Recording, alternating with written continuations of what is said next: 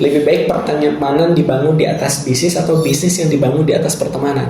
Dan misal bisnis bareng berdua gitu, gimana cara membangun kepercayaan dan juga kayak bagi hasil yang apa ya, yang Ideal. Ya, yang ideal tuh kayak gimana? Gen Z tuh kayak sekarang tuh kayak udah bikin sosmednya, tapi baru mulai coming soon kesananya Udah beberapa bulan udah gitu nggak posting kan. lagi ya? Iya, nggak posting lagi. Nah itu gimana caranya buat konsistensi gitu?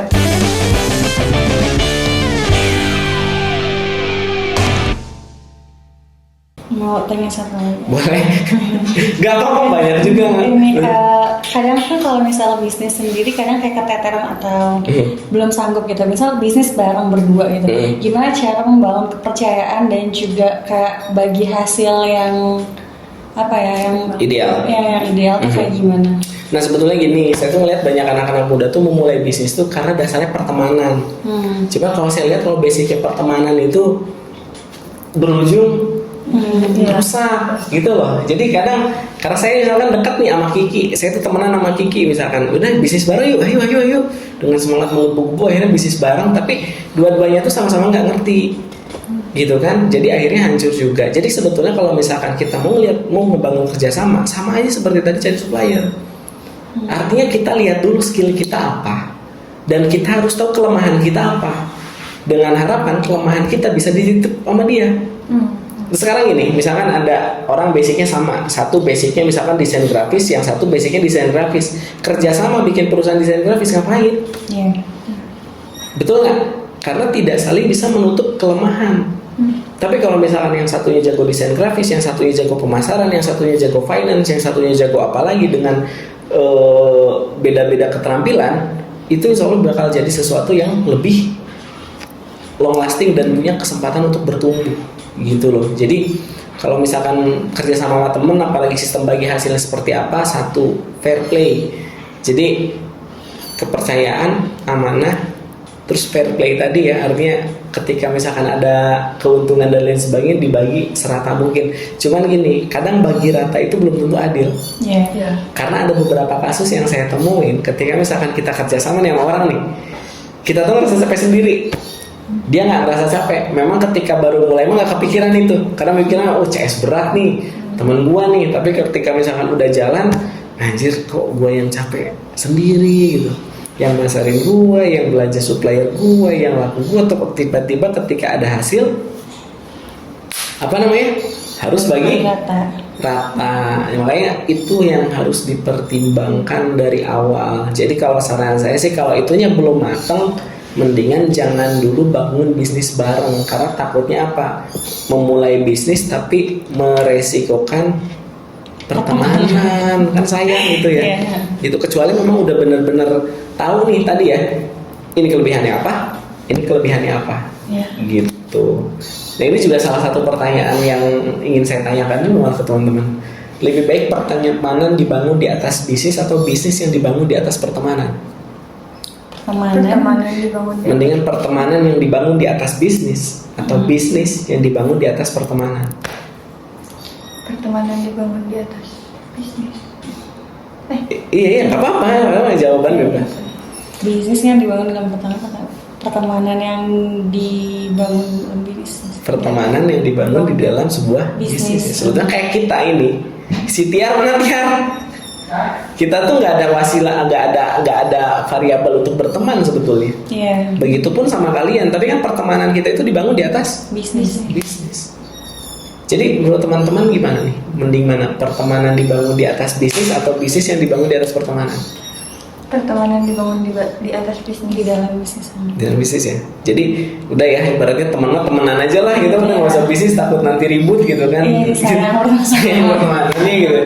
Nah itu mungkin jadi salah satu pertimbangan juga kan gitu. Ada lagi nggak? Ini sih kan kalau jadi lama ya. Gak apa-apa. Kalau semisal punya usaha tuh kan kadang ada brandingnya di sosmed gitu. Nah bagaimana cara? Ya ikutan sini ya, ini mah kita jadi ngobrol kok. Tapi direkam. Apa ya? Ikutan sini. Gak apa-apa ikutan.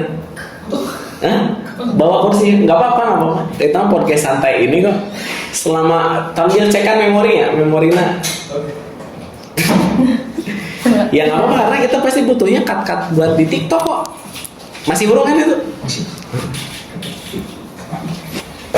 Kita mah butuhnya buat cut-cutan di TikTok agak sini Cak. Kita ganti setup, kita lanjutin obrolan dengan ada satu personil baru biar nih, baru datang nih. Mohon maaf, saya pamit. Ini tuh dia tim desain, jadi sebetulnya ini tim sosial media strategi gitu ada dan talent juga ada Ica sama Kiki. Nah kalau Tiar ini dia desain grafis dan video editor. Nah, cuman kalau video editor biasa datang siang gitu, jadi kita tinggal. Ini kita lagi diskusi umum tentang bisnis ya, yang niatnya cuma 18 menit ternyata kayak enakan ngobrol.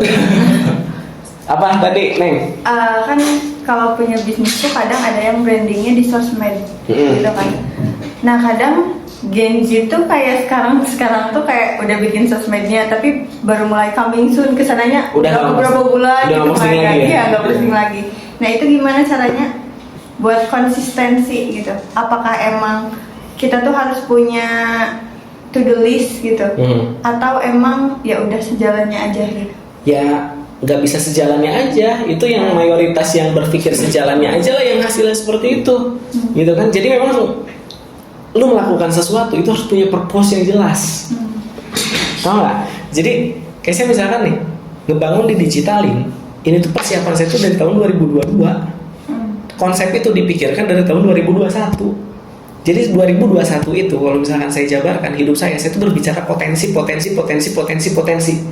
Jadi obrolan saya dengan lingkungan, obrolan saya dengan teman, obrolan saya dengan keluarga, semuanya tentang potensi apa nih yang potensial. 2022 itu masa-masanya R&D, trial and error. Makanya mungkin teman-teman yang tahu histori saya beberapa, itu 2022 saya nyoba bisnis tuh nggak nanggung. Jadi tukang serabi, buka di depan rumah, jadi tukang cireng, jadi tukang roti, jadi jualan kaos berbarengan. Mungkin banyak juga orang yang melihat proses saya waktu itu, mereka mengatakan si Ima nggak istiqomah. Segala dicoba enggak, padahal timeline saya di 2022 ya, timeline saya di 2022 itu memang masa trial and error dan R&D. 2023 seleksi. Apa pelajaran yang kamu dapat selama 1 tahun itu dan kamu mulai spesifikin nih sampai energi itu mulai terfokus. Oh ternyata di situ. Bonglah pertengahan 2023 saya mulai di digitalin.id. Jadi setiap melakukan langkah kecil apapun memiliki purpose. Kalau saya buka, saya tuh punya aplikasi namanya Trello. Itu tuh buat to-do list sedetail mungkin. Bahkan sampai beli barang juga saya tulis detailnya. Saya tuh orang yang seperti itu, bukan ngelamar dulu, kerja dulu, baru nanti mimpi. Tapi mimpi dulu, nanti cari kerjaan yang bisa memenuhi mimpi saya. Beda ya? Itu, jadi memang agak sedikit ekstrim. Makanya tadi, kenapa kok banyak Gen Z baru bikin IG coming soon, tapi tidak dilanjut lagi, bahkan bisnisnya tidak berjalan. Yaitu karena memang purpose-nya belum kuat. Terus banyak orang itu saya ngeliat menyepelekan dalam mendevelop sosial media. Padahal bisnis itu bikin sosial media itu repot, sangat repot. Kamu harus ngide, kamu harus syuting, kamu harus editing, dan kamu harus posting. Kalau sekarang ada pengusaha, dia pengen one man show, dia belanja bahan juga, dia beli produk juga, dia produksi juga, dia masarin juga, dia distribusi juga, dia pengen syuting juga, dia pengen ngedit juga, dia pengen ngeposting juga, dia pengen dan berpikir pengen konsisten di situ. Meninggal orang, betul nggak? Meninggal gitu orang, gitu loh. Artinya makanya kenapa kan tadi saya bilang di digitalin adalah solusi. Kita menawarkan harga yang efisien untuk membantu orang bahwa minimal satu pos pekerjaannya kita yang selesaikan. Gitu. Itu Gen Z meninggal muda berarti Gen Z. Pasti. Mati muda itu kamu harus motongin mungkin dulu.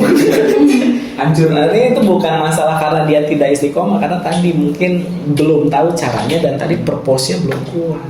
Kecuali kamu jadi afiliator. Afiliator itu udah jelas, produksi dan distribusi, finansial, segala macam diberesin orang lain.